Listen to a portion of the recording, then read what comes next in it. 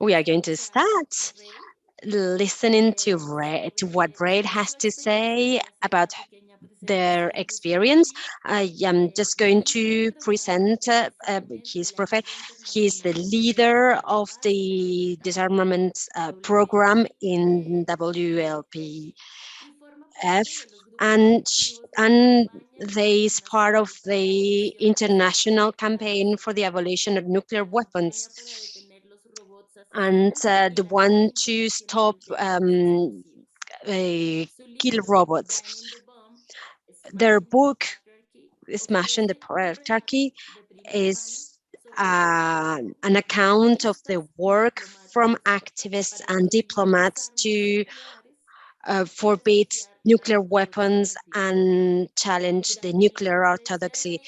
During the conference WRI here right now, Ray is going to talk about the transnational organization of the treaty for the prohibition of nuclear weapons, which combines grassroots activism with diplomacy, global diplomacy at the UN. Ray, we are all ears for you. Thank you so much. And thanks for inviting me again to speak today and be part of this conference. I can't wait to hear what everyone has to say. So I'm going to talk today about my work with ICAN, the International Campaign to Abolish Nuclear Weapons, and the work that we did along with governments to achieve the Treaty on the Prohibition of Nuclear Weapons in 2017. Just really briefly, for folks that maybe aren't so familiar with this process, we built on, of course, decades of anti-nuclear resistance and organizing that's been going on since the dawn of the nuclear age in 1945. But the process for this specific treaty took place over about 7 years, and the goal was specifically to change international law on nuclear weapons and achieve an agreement amongst governments that would prohibit nuclear weapons, and to do so even if the nuclear armed states refuse to join. Because, of course, for so long, we've been trying to compel the nuclear armed states to negotiate amongst themselves and eliminate their nuclear arsenals. But their intransigence and their violation of international laws and commitments on the elimination of nuclear weapons have meant that there's been a stalemate for so long in nuclear disarmament. So we were looking for something creative to break that logjam at the international level and to help raise awareness of nuclear weapons and to revitalize a grassroots movement on the issue. And so we had a sort of a two-pronged approach to this, which one is the international diplomatic work and one is the movement building grassroots work. So I'm going to talk a little bit about both and how they connect up to each other. So we organized with diplomats. That was one stream of work. And really, we hear a lot about capacity building and that term capacity building, but really what we did, along with building up knowledge of government officials and diplomats, was to build up courage, not just capacity, to build up the willingness to take action on this issue, even though we knew that governments would come under tremendous pressure to not pursue this treaty. And so to do this, we held a series of small cross-regional meetings. So diplomats from different countries in the world, together with activists from ICAN, folks from the Red Cross, and some academic institutions, to really think through what it was that we could do on nuclear weapons, what a treaty could look like, and how we could actually go about achieving this, despite all of the challenges that we knew we would face. So there was those small groups that we had going on, the kind of brainstorming groups, and building up a sense of community of action on this issue. And then at the same time, we were also doing regional workshops around the world that were led by activists and Red Cross officials within countries and within regions to raise awareness around the humanitarian and environmental impacts of nuclear weapons, and to really build up a group of government officials that wanted to take action on this issue and build up solidarity within regions so that there would be support for one another when the inevitable pressure came. And then at the global international level, 3 governments, Norway, Austria, and Mexico, hosted international conferences on the humanitarian and environmental impacts of nuclear weapons. We mobilized at the UN around joint statements of support on the humanitarian consequences and on banning nuclear weapons and ensuring that nuclear weapons are never used again and are completely eliminated. So what that international level work enabled us to do was to increasingly every year get more and more states to sign on and support these ideas. So lots of different work, building courage, building capacity, building knowledge, and building up the numbers to support this initiative. And then this enabled us, of course, to get the buy-in from not just the diplomats and the working level government officials, but higher up in capitals at foreign ministry levels, and preparing people that this was something that was going to come. And this is why it takes many years, because working at that level with states is obviously very difficult, of course, to get systems to change internally and to take positions and to prepare for this work. So while all of this was going on with the governments, we were also, of course, trying to re-energize and engage a new generation of activists globally on the nuclear weapon issues.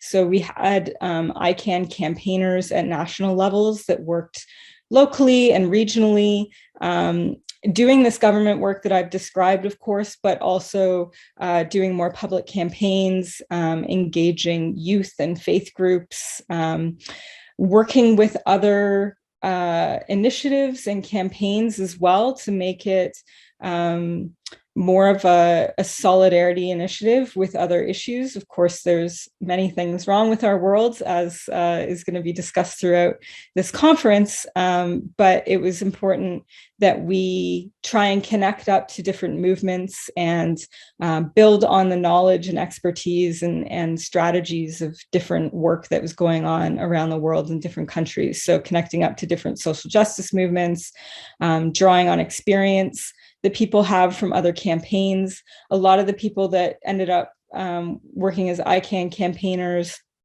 at the national and local levels have come from the landmines or cluster bomb treaty campaigns, or they work on small arms and light weapons, or they work on environmental and climate change issues.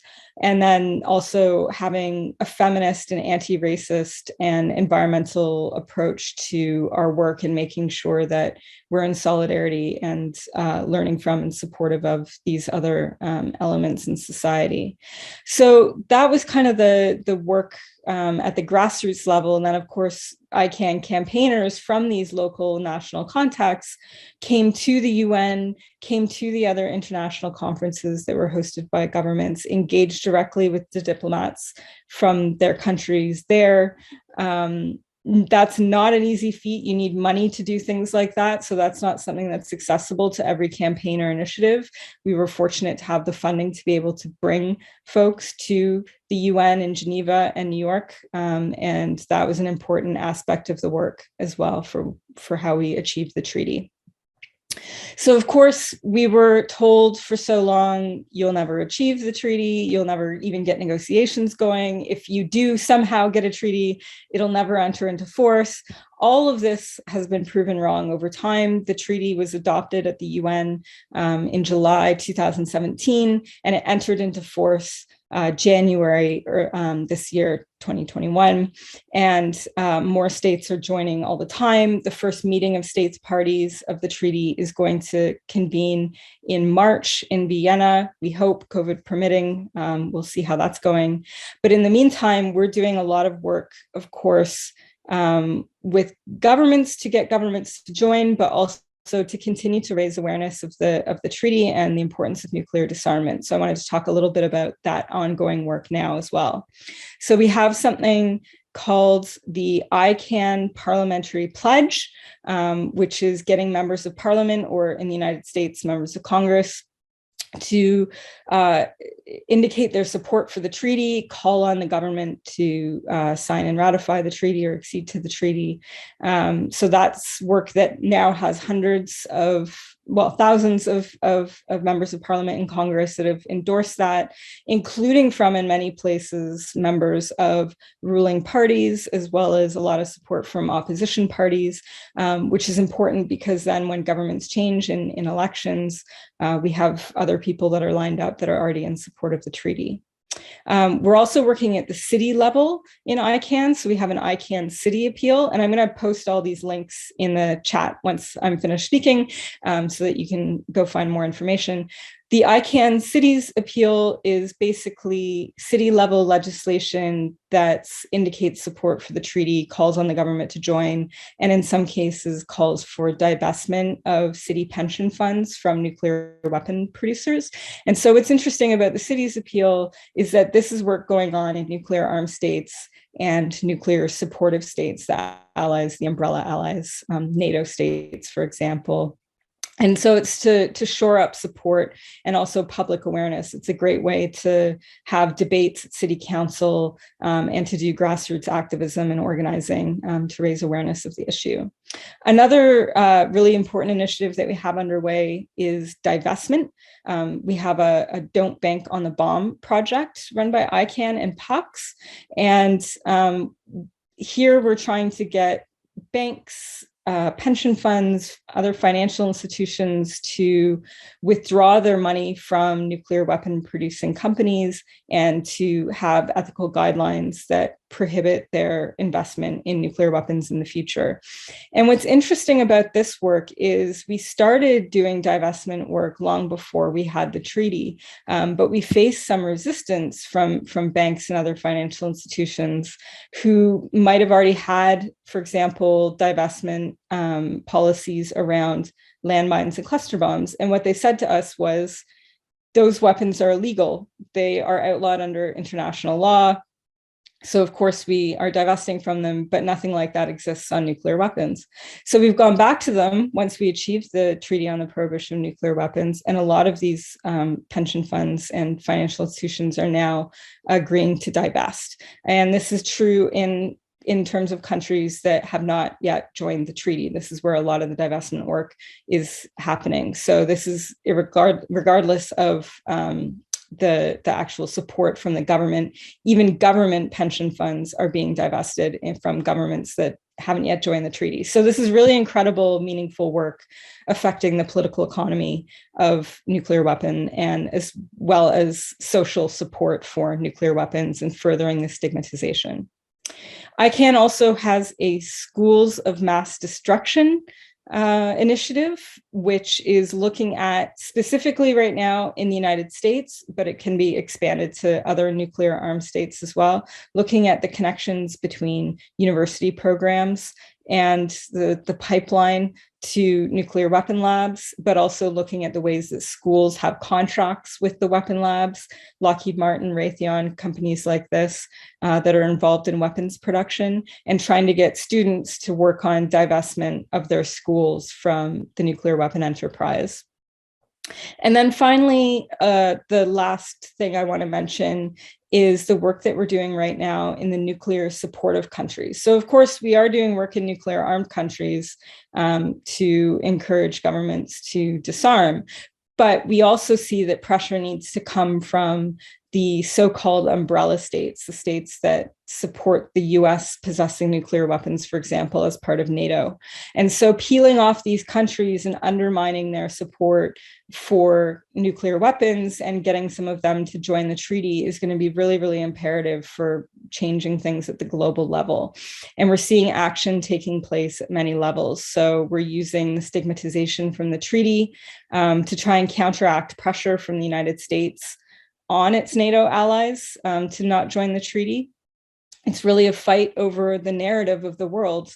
Are you for or against nuclear weapons? You can't have it both ways. You can't proclaim yourself to be a peace-loving country and support nuclear weapons.